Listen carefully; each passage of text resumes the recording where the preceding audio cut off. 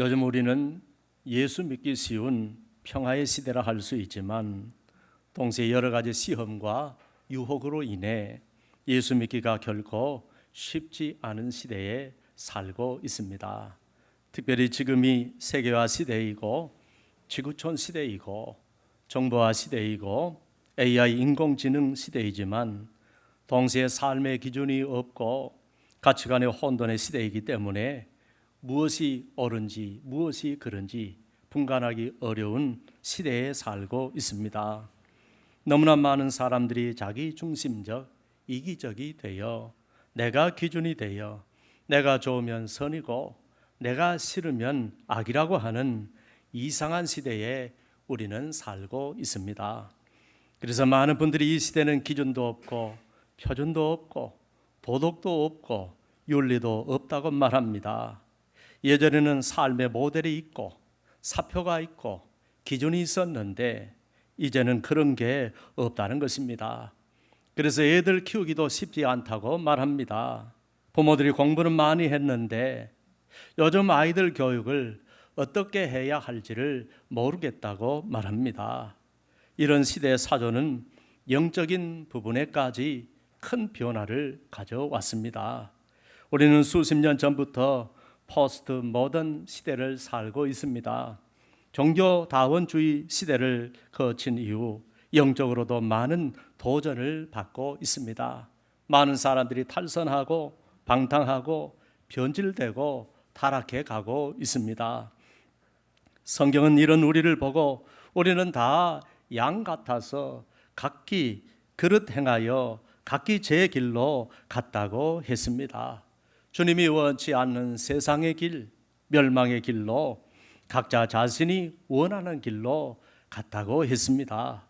시편 14편과 시편 53편은 여호와께서 하늘에서 인생을 굽어 살피사 지각이 있어 하나님을 찾는 자가 있는가 보려 하신즉 다 치우자 함께 더러운 자가 되고 선을 행하는 자가 없으니 하나도 없다고 하셨습니다. 여러분은 어떻습니까? 잘 살고 있습니까? 예수 잘 믿고 있습니까? 여러분은 영적으로 신앙적으로 바른 인생을 살아가고 있습니까? 주님이 기뻐하시는 생활, 주님께 영광 돌리는 그런 생활을 살고 있습니까? 정말로 성경대로 말씀대로 하나님의 뜻대로 늘 깨어 기도하면서 그분과 함께 동행하면서 영원한 천국을 향하여 잘 가고 있습니까? 만일 그렇게 하지 못하고 있다면 우리는 반드시 우리 삶의 영적 궤도를 수정해야만 하는 것입니다. 언젠가 우리나라도 공군 외나로도에 위치한 나로 우주센터에서 과학기술 위성인 나로호를 쌓아 올린 그런 사건이 있었습니다. 인공위성 하나 쏘아 올리는 게 얼마나 어려웠는지 모릅니다. 2002년부터 준비했는데 약 4년이 넘는 시간 동안 6번이나 연기가 되었습니다. 그 당시 저는 그렇게 자주 연기되는 것을 보면서 준비 부족이나 미스도 있었겠지만 이게 결코 쉬운 게 아니라는 얘기입니다. 모든 첨단 과학과 물리학이 동원된 발사였지만 하늘로 올라가는 일은 결코 쉬운 일이 아닙니다. 그런데 나로 발사를 보면서 이것이 꼭 우리 인생과 같고 우리의 신앙생활과 같다는 생각을 했습니다. 우리도 하나님 나라에 가는 길이 쉬운 것 같지만 결코 쉽지 않은 길임을 알아야 합니다. 나로호는 발사되는 것만으로 끝나는 것이 아니라 나로 우주센터와 제주에 있는 제주 추적소에서는 발사된 나로호의 지속적인 추적과 정보 수신을 수행한다고 했습니다. 특이한 점은 나로호를 비롯한 우주 발사체는 하늘이 허락한 특정한 시간에 그때만 발사가 가능하다고 했습니다. 이 특정한 시간을 가리켜서 과학자들은 하늘문이 열리는 시간이라고 했습니다. 지구 상공에 떠 있는 위성들은 주로 태양 에너지를 동력으로 하고 있기 때문에 궤도에 진입한 후 위성에 달린 태양 전지판이 태양을 정면으로 바라볼 수 있도록 해야 정상적인 사명을 감당할 수가 있다는 것입니다. 만일 지구의 그늘 속으로 들어가 태양 에너지를 정면으로 받을 수 없게 되면 자체 배터리를 많이 사용해야 되기 때문에 사명을 온전히 감당할 수가 없다는 것입니다. 그래서 태양 에너지를 가장 효과적으로 이용할 수 있는 하늘문이 열리는 시간에 발사를 해야 하기 때문에 당시 나로호도 오후 4시 40분부터 6시 20분까지로 정해놓고 발사하기 가장 좋은 시간대에 발사를 한다는 계획을 세워놓고 발사를 했습니다. 그리고 지구 중력을 이기고 대기권 밖으로 나가기 위해서 나로 가장 하단에는 1단 액체 로켓이, 상단에는 고체 로켓이 실려 있었습니다. 1단 로켓이 사명을 다하고 작동을 멈추면 곧이어 상단 로켓이 점화가 되는데, 고체 연료를 사용하는 이 상단 로켓은 위성을 우주 궤도에 안착시키는 역할을 합니다. 이것을 보면 하늘로 쏘아올리는 로켓 우주선과 천국을 향해 달려가는 우리의 신앙생활은 너무나 흡사합니다. 마치 신약과 구약의 추진 로켓을 달고 가는 우리 인생과 너무나 흡사합니다. 여러분, 우리 인생이 우리 힘과 우리의 능력으로 가는 인생이냐, 아니면 하늘문이 열리고 태양 같은 주님이 공급해 주시는 은혜와 능력으로 가느냐에 따라 우리의 하늘로 가는 길이 달라지는 것입니다. 그리고 똑같은 고도라면 처음에는 지구가 끌어당기는 중력 때문에 궤도 속도가 더 빨라야 대기권을 벗어날 수가 있는데, 지구의 중심에서 멀어질수록 중력이 약해지므로 위성의 궤도 속력은 작아도 된다고 합니다. 신앙생활도 마찬가지입니다. 우리가 세상과 가까이 있을수록 더 힘이 듭니다. 그리고 이걸 벗어나기가 그렇게 어렵고요, 아주 용을 써야 하지만 세상에 힘이 미치지 않는 대기권 밖을 벗어날 때 힘이 훨씬 덜 들고 은혜 속에서 자유롭게 날듯이 우리는 주님께 가까이 갈수록 훨씬 힘이 덜 들고 순조롭게 천국을 향하여 갈 수가 있는 것입니다. 여러분도 한 가지 아주 중요한 원리가 있는데 바로 궤도 수정이라는 것이 있습니다. 이렇게 발사된 로켓이 그냥 두면 안 되고 늘 궤도를 수정하면서 정확한 목표 지점에 도달할 수 있도록 제어하는 것을 궤도 수정이라고 합니다. 그래서 인공위성 등과 같은 우주선은 항상 궤도나 자세를 수정할 수 있는 궤도 수정 제어 장치를 탑재한다고 합니다. 궤도 수정은 궤도 진입이나 랑데부, 궤도 이탈 등을 수정할 때 이루어지는데, 궤도 수정이 목표 지점을 향하여 가게 된다는 것입니다. 가게 한다는 것입니다.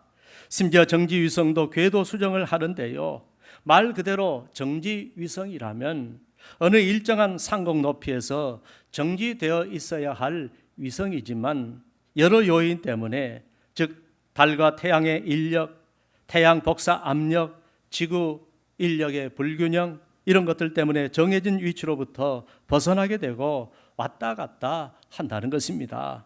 즉 이걸 수정하는 것을 바로 궤도 수정이라고 하는 것입니다. 그런데 우리가 만일 궤도를 지키지 않고 그냥 내버려 두면 항로를 벗어나게 되고요, 또 항로를 벗어났을 때 궤도를 수정하지 않으면 원하는 목표 지점에 도달할 수가 없는 것입니다. 영적으로도 마찬가지입니다. 우리도 언제나 태양 같으신 주님을 향하여 나아가는데 자꾸 항로를 벗어날 때마다 궤도를 수정해야 하는 것입니다. 궤도 이탈을 그렇지 않으면 주님과 멀어지게 되고 천국으로 가는 항로에서 벗어나게 되고 궤도 이탈을 할 수밖에 없는 것입니다. 그리고 궤도를 벗어난 곳에서 각종 영적인 사고와 위험을 만나게 되어 있는 것입니다. 2009년 8월 8일에 미국 시간으로 낮 12시경에 미국 뉴욕에 있는 허드슨강 상공에서 소형 비행기와 이 헬리콥터가 충돌하는 사건이 일어났습니다.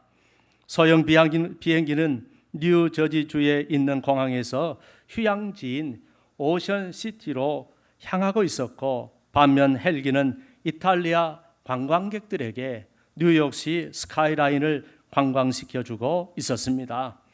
이 충돌 사건으로 비행기와 헬리콥터는 그대로 강으로 추락하고 말았습니다. 목격자들은 이 충돌로 비행기와 헬기의 날개가 부서졌으며 곧바로 허드슨 강으로 추락했다고 했습니다. 사고 비행기는 어린이를 포함해서 3명의 인원이 탑승해 있었고, 사고 헬기에는 이탈리아 관광객 5명과 조종사 1명, 6명이 탑승해 있었습니다. 사고 직후 경찰과 구조대 등이 허드슨 강에 급파돼 샅샅이 수색 작업을 벌였는데 양쪽 탑승자 9명 전원이 숨지고 말았습니다. 그 가운데 앞길이 창창한 10대 소년도 2명 있었고요. 비행기 조종사의 15살 조카도 있었습니다. 사고 경위를 보니까 당시 사고 현장 근처에서 재급유를 위해서 지상에 있던 다른 동료 헬기 조종사가 소형 비행기가 헬기 쪽으로 다가가는 것을 보고 급히 무전으로 경고를 했지만 사고를 막지 못했습니다. 당시 관제사는 자기 애인과 통화 중이었고, 관제사를 감독하는 감독관은 관제실에서 벗어나 있었던 것으로 드러나 인재로 드러났습니다.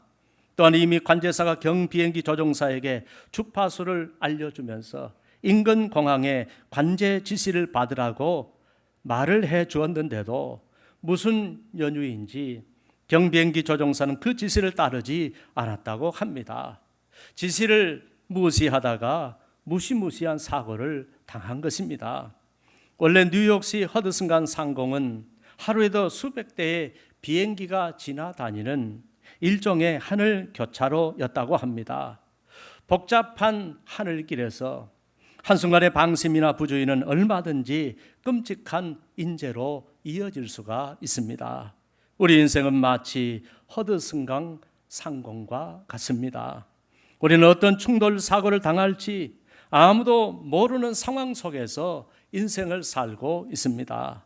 우리는 어디서 무슨 일을 당할는지 아무도 알 수가 없습니다. 조금만 방심하고 한눈 팔고 부주의하고 말을 듣지 않으면 어떤 사고를 당할는지 알 수가 없습니다.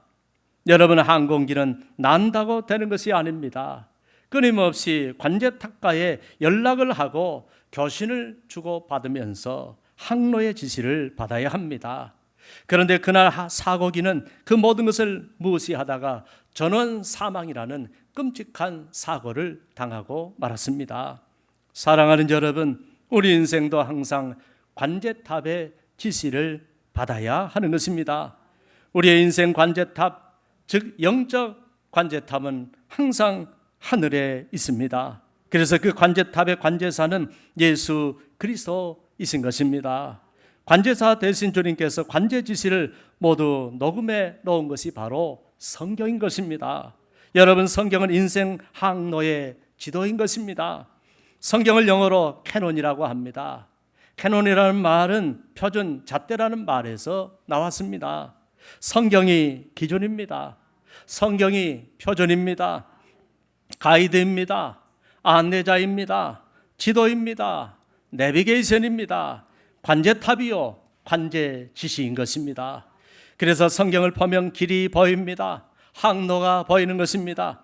우리 인생이 가야 할 길, 가지 말아야 할 길, 구원받을 수 있는 길, 심판받는 길, 행복해지는 길, 불행해지는 길, 은혜 받는 길, 멸망하는 길, 천국 가는 길, 지옥 가는 길, 성공의 길, 실패의 길, 인생을 어떻게 하면 잘 사는지, 인생 잘 사는 길, 우리 인생에 가야 할 모든 길이 다 보이는 것입니다. 그러므로 시편 119편 105절은 이렇게 말씀합니다. 주의 말씀은 내 발의 등이요 내 길의 빛이니이다 라고 하셨습니다. 성경을 보면 다 보이는 것입니다. 우리는 성경이 인도하는 길로만 가면 되는 것입니다. 그래야 우리 인생은 세상의 광야를 지나 영원한 가나안 천국을 향하여 갈 수 있는 것입니다. 사랑하는 여러분, 말씀의 지시를 받아서 영원한 천국에 모두 다 들어가시기를 주님의 이름으로 축원합니다. 언젠가 휴가 때 고향에 갔더니 저희 아버님 말씀이 해남군 황산면 공룡 화석지에 가면 아주 시설이 잘 되어 있고 많은 사람들이 수도 없이 왔다 갔다 하면서 관광을 하고 있다고 말씀을 하시는 것입니다. 넌지시 구경 한번 갔으면 하는 말씀이지요. 제가 눈치가 삼천리거든요. 그러면 한번 다녀오시기로 하고 자신 있게 말씀드렸습니다. 그리고 그곳에 다녀온 적이 있습니다. 제가 어떻게 그렇게 자신 있게 대답했느냐 하면 원래 저는 길눈이 없습니다. 보통 길치가 아닙니다. 길눈과 머리는 아무 상관이 없다고 합니다. 길을 아는 문제는 이 길 속에 있는 달팽이관과 연관이 있다는 소리를 들었습니다. 제가 길치가 된 것은 순전히 조상을 잘못 만나서 그렇습니다. 외가 쪽 혈통입니다. 조상의 을을 오늘에 이어받아 이 땅에 태어난 저는 부목사로 있을 때 교회 본고차로 신방을 해야 하는데 교회에서 내비게이션을 안 달아주니까 그때만 해도 아주 귀했거든요. 당시 50만 원도 넘게 주고 제 사비로 사서 달고 다녔습니다. 그렇게 제가 길치입니다. 그러나 여러분, 세상 길은 좀 몰라도 됩니다. 오히려 세상 길을 너무 잘 알아도 문제입니다. 하여튼 저한테는 길을 묻지 마시기를 바랍니다. 제가 세상 길에는 까막눈이지만 길에도 천국 가는 길은 잘 압니다. 저한테 천국 가는 길을 물어보시면 잘 가르쳐 드리겠습니다.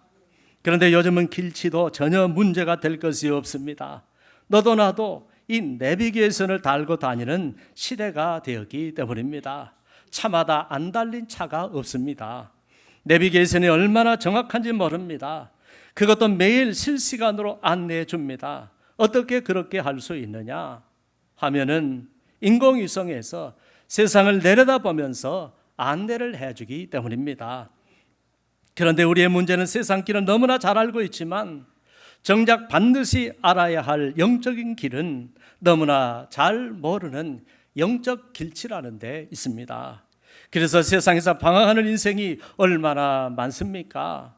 성경은 그런 우리를 가리켜 양이라고 했습니다. 시편은 우리를 보고 양이라고 했고요. 이사야는 우리를 양 같다고 했습니다. 여러분, 양은 길을 잘 모르는 것입니다. 그래서 반드시 목자가 있어야 하는 것입니다. 양은 눈이 어두워서 7m 내지 10m 앞을 내다보지 못한다고 합니다. 우리 인생은 죄악으로 눈이 어두워져 영적인 길, 구원의 길, 천국 가는 길을 잘 모르는 것입니다. 그래서 우리에게는 반드시 우리 인생에 영적 내비게이션이 필요한 것입니다. 여러분, 사람은 아무 데로나 가는 존재가 아니라 길을 따라 움직이는 존재인 것입니다. 동물에게도 길이 있고 사람에게도 길이 있습니다. 다 길을 따라 움직이는 것입니다. 그래서 이 지구에는 어느 곳이든 수많은 길들이 혈관처럼 얽히고 설켜 있습니다. 대동맥과 같은 큰 길이 있고 모세혈관 같은 수많은 작은 길들이 있습니다. 그런 육적인 길만 있는 것이 아닙니다. 영적인 길이 있습니다. 신앙의 길이 있습니다. 이 길을 가르쳐주는 지도도 있고 내비게이션이 있습니다. 거기에는 표지판도 있고 안내판도 있습니다.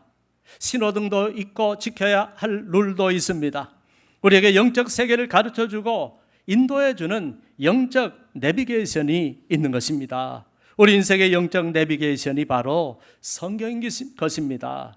성경이 길이요 지도인 것입니다. 성경이 가이드요 안내원인 것입니다. 성경이 표지판이고 안내판인 것입니다. 성경이 바로 인생 신호등, 영적 신호등인 것입니다. 내비게이션은 목적지로 가는 길에 모든 것을 다 안내해 줍니다. 그래서 성경을 보면 속도 조절에 대해서 나옵니다. 주님보다 앞서지 말라. 너무 느리다. 너무 빠르다. 좌회전, 우회전 틀렸다. 이쪽으로 틀어라. 위험하다. 서행을 해라. 조심해라. 사고 다발 지역에 대해서는 여기서 많은 성도들이 넘어졌다. 시험에 들었다. 유혹에 빠졌다. 마귀에게 넘어갔다. 마귀가 너를 찾고 있다. 너를 보고 있다. 조심해라. 경고음도 알려줍니다. 급하다, 피해라, 기도해라, 물리쳐라. 위치를 수정해 줍니다. 그 자리가 아니다, 그 길이 아니다, 궤도를 수정해 주는 것입니다. 성경은 하늘 위에서 다 가르쳐 주신 신령한 책인 것입니다. 이렇게 성경은 내 인생에 주님의 내비게이션이 되어서 하라 하지 말라, 가라 가지 말라, 경고하고 파란불, 노란불, 빨간불, 유턴, 직진, 돌아서 가라, 멈춰라, 모든 것을 다 가르쳐 주는 것입니다. 사랑하는 여러분, 영적 내비게이션인 성경을 무시하고 잘못된 길을 가고 있지는 않습니까? 항로에서 벗어난 궤도를 이탈하지는 않으셨습니까? 그래서 힘들고 어려운데, 그래서 많은 위험을 만났고 사고를 당했는데 깨닫지 못하고 있지는 않습니까? 잘못된 길을 가고 있다면 돌아오시기를 바랍니다. 유턴하시기를 바랍니다. 여러분, 죄가 무엇입니까? 죄는 헬라어로 하마르티아라고 합니다. 관역을 벗어났다는 것입니다. 목표 지점을 벗어났다, 항로를 벗어났다, 궤도를 벗어났다는 것입니다. 그러면 회개가 무엇일까요? 잘못된 길에서 돌이켜 원래의 자리로 돌아오는 것을 말합니다. 우리는 영적인 궤도를 이탈하여 고치고 수정해야 할 부분이 많습니다. 회개할 부분들이 많습니다. 돌이킬 부분들도 많습니다. 이탈한 궤도에서 수정해야 할 부분들이 많습니다. 그런데 이걸 외면하고 내 소견에 오른 대로 고집스럽게 고치지 않을 때 항상 문제가 생기는 것입니다. 궤도를 이탈하여 가다가 큰 사고를 당하고 추락할 수도 있습니다. 그리고 계속 궤도를 이탈하여 가다가 천국을 향하여 가지 못하고 지옥으로 떨어질 수가 있습니다. 구약의 사울 왕은 영적 궤도를 이탈했습니다. 사무엘 선지자는 그가 여호와의 말씀을 버렸으므로 여호와께서도 왕을 버려 왕이 되지 못하게 하셨다고 했습니다. 반면 다윗 왕은 우리아의 아내 밧세바를 범하고 죄를 은폐하고 살다가 하나님이 보내신 나단 선지자를 통하여 그 죄악을 말씀으로 지적했을 때 그는 밤새 침상을 젓는 회개로 잘못된 자신의 영적 궤도를 수정하여 돌이킴으로 다시 하나님의 사랑을 받는 왕이 되었습니다. 신약의 탕자는 아버지의 말씀을 이탈하는 삶을 살았습니다. 그는 말씀의 궤도를 벗어났습니다. 그러다 잘못된 길을 깨닫고 궤도를 수정하여 다시 하나님께로 유턴해서 돌아왔습니다. 그리고 그는 다시 사랑받는 자녀가 되었습니다. 신약의 사도 바울은 이미 궤도를 이탈한 자로서 핍박자, 살인자, 대적자, 원수, 죄인의 괴수로 살았습니다. 그는 주님의 가장 큰 핍박자였지만 주님을 만난 이후로 자신의 잘못된 인생 궤도를 수정하여 주님을 따르는 위대한 사도가 되었습니다. 그는 영적 궤도를 결코 이탈하지 않았습니다. 그리고 자신의 달려갈 길을 다 달리고 끝까지 믿음을 지켰다고 했습니다. 그는 오직 흔들림 없이 예수 그리스도라는 분명한 표대를 향하여 나아갔다고 했습니다. 어거스틴은 신앙의 궤도를 이탈하여 하나님을 떠나 방탕과 타락된 생활을 했습니다. 아데오다투스라는 사생활을 낳았습니다. 그러다가 로마서 13장 14절 말씀에서 흘러나오는 오직 주 예수 그리스도로 옷 입고 정욕을 위하여 육신의 일을 도모하지 말라는 말씀을 듣고 자신의 영적 궤도를 수정했습니다. 그는 회심하고 돌이켰습니다. 그가 주님을 만나 변화를 받은 후에 그는 세계적으로 500년이나 1000년에 한 번 나올까 말까 한 위대한 학자가 되었습니다. 오늘날에도 성경 말씀에 내비게이션의 음성을 듣고 영적 궤도를 수정하여 인생을 고치신 분들이 많이 있습니다. 교회들마다 많고 모든 교회 그런 성도들이 너무너무 많습니다. 그동안 방황하던 인생을 끝내고 이전과는 전혀 다른 새로운 인생을 사시는 분들이 정말로 많습니다. 우리 모두가 그 증거이기도 합니다. 전에 섬기던 교회에서 어떤 집사님 아내가 베트남 출신 아내였는데 이분은 결혼 후에도 베개 속에다가 무시무시한 칼 부적을 넣고 잠을 자더니 머리가 아프고 불면증이 오고 교통사고 당하고 아이가 간질로 아프고 부부싸움도 많이 하더니 주님 만난 이후로 이전과는 전혀 다른 삶을 살아가고 있습니다. 안수해 드렸는데 깨끗이 회복이 되었습니다. 또 다른 집사님도 베트남 출신 아내와 결혼했는데 그 아내는 허리도 아프고 무릎도 안 좋았습니다. 늘 병원에 다녔습니다. 저한테 새가족 교육을 다 마쳤는데 그를 아는 어떤 성도님은 맞아 언제부터인가 병원에 안 다니네 그러더래요. 기업체 신방을 갔다가 예배 후에 안수해서 기도해 드렸는데 그 길로 허리의 질병도 무릎의 질병도 다 떠나갔습니다.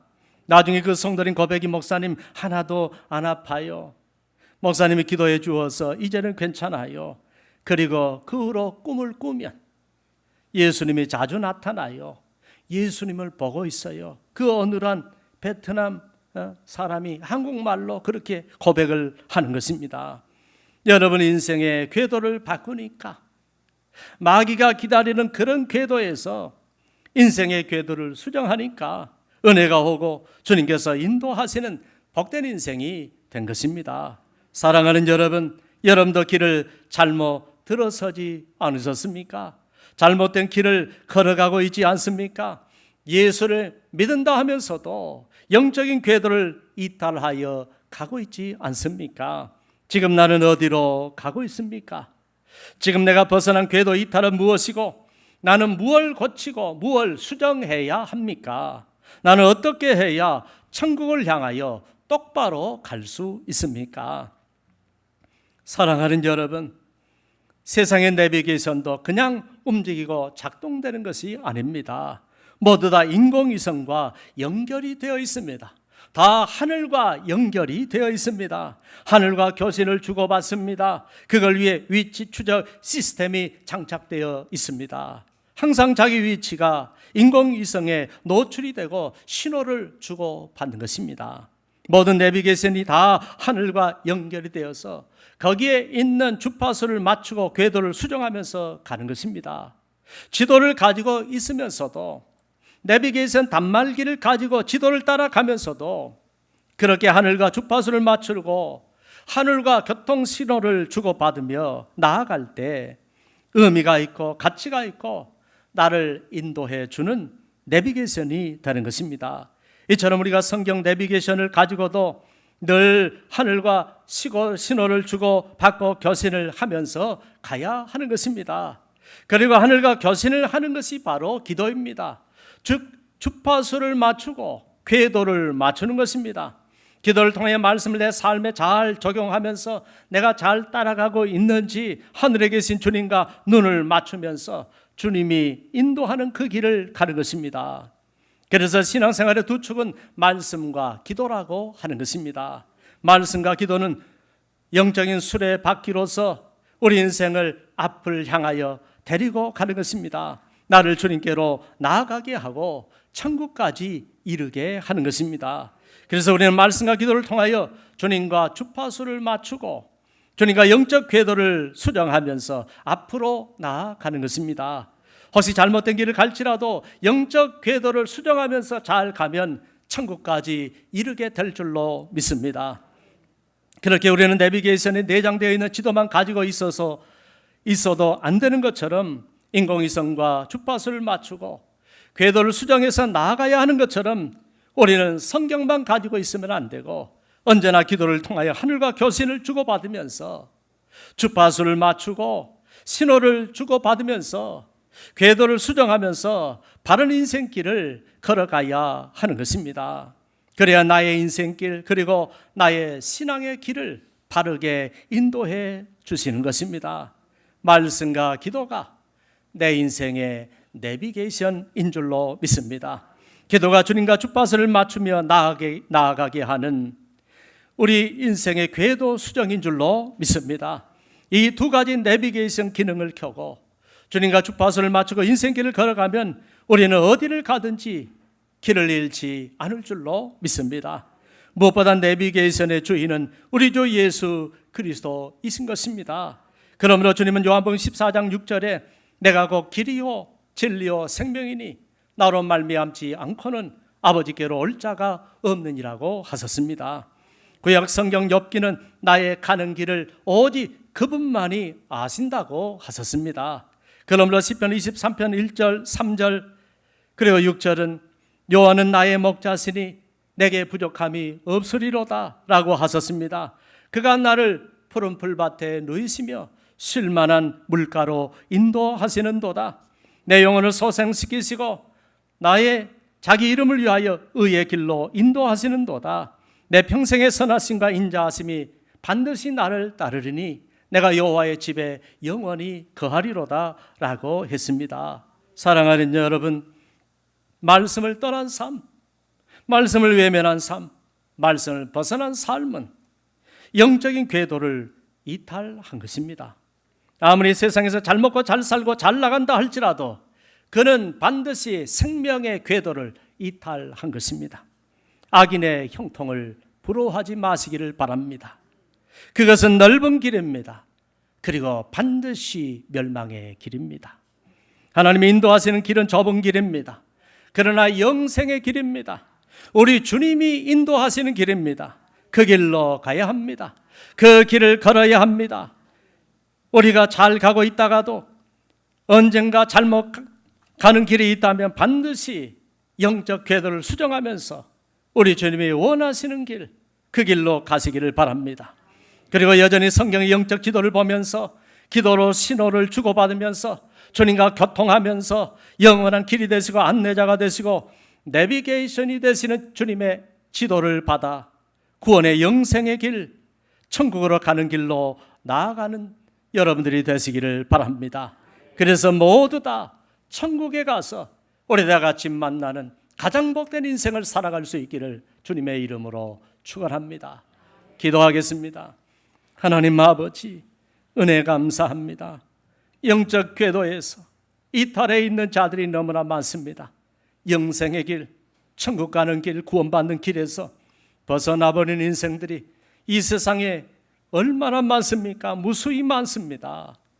그런데 그런 속에 있는 우리를 우리 주님께서 구원해 주시고 영적인 길을 바르게 제시하시며 그 길로 들어서게 해주신 것 감사합니다. 그런데 예수 믿으면서도 우리는 고집스럽게 궤도를 이탈할 때가 얼마나 많습니까? 궤도를 이탈해서 살면서 여기서 치고 저기서 치고 여기서 당하고 저기서 당하면서 여기서 사고를 당하면서 우리는 울며 불며 한탄할 때가 얼마나 많습니까? 잘못된 궤도에 들어섰다면 반드시 궤도를 수정하게 하소서. 다시 하나님께로 돌아오게 하옵소서. 말씀이 인도하시는 길로 돌아오게 하옵소서. 주님이 인도하시는 길로 돌아오게 하여 주옵소서. 예수님의 이름으로 기도합니다. 아멘.